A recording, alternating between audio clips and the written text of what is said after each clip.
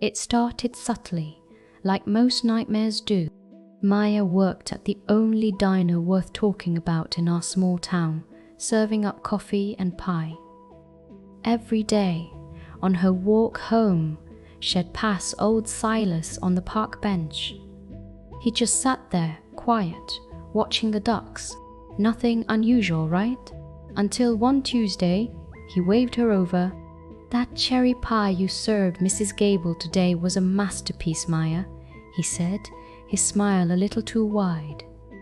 She didn't even know had been inside the diner, let alone noticed her specifically. After that, Silas wasn't just on the bench. He was across from the bus stop when Maya waited for her friend. He was sitting in his beat-up car, parked down the street from her apartment building, reading a newspaper. One morning, he stopped her. "Couldn't help but notice you wear that blue scarf every Thursday, Maya. Suits you." Her blood ran cold. She'd tried changing her route, leaving earlier, later, but it didn't matter. He was always there, always knowing.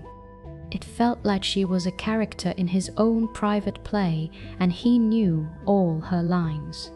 One rainy night, after a brutal double shift, Maya was walking home along the old canal path, the kind of place where streetlights were sparse.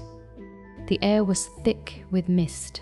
Suddenly, Silas emerged from the shadows ahead. "Lost your way, Maya?" he chuckled, his voice echoing eerily. "Don't worry, I know a shortcut. The one that goes right past your window, the one overlooking the willow tree." He reached out. Her heart hammered. She knew then this wasn't about harmless observation anymore.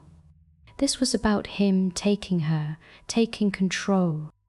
With a scream that tore through the mist, she bolted, scrambling up the muddy bank and towards the distant lights of the main street. She made it home, locked every door, every window, trembling.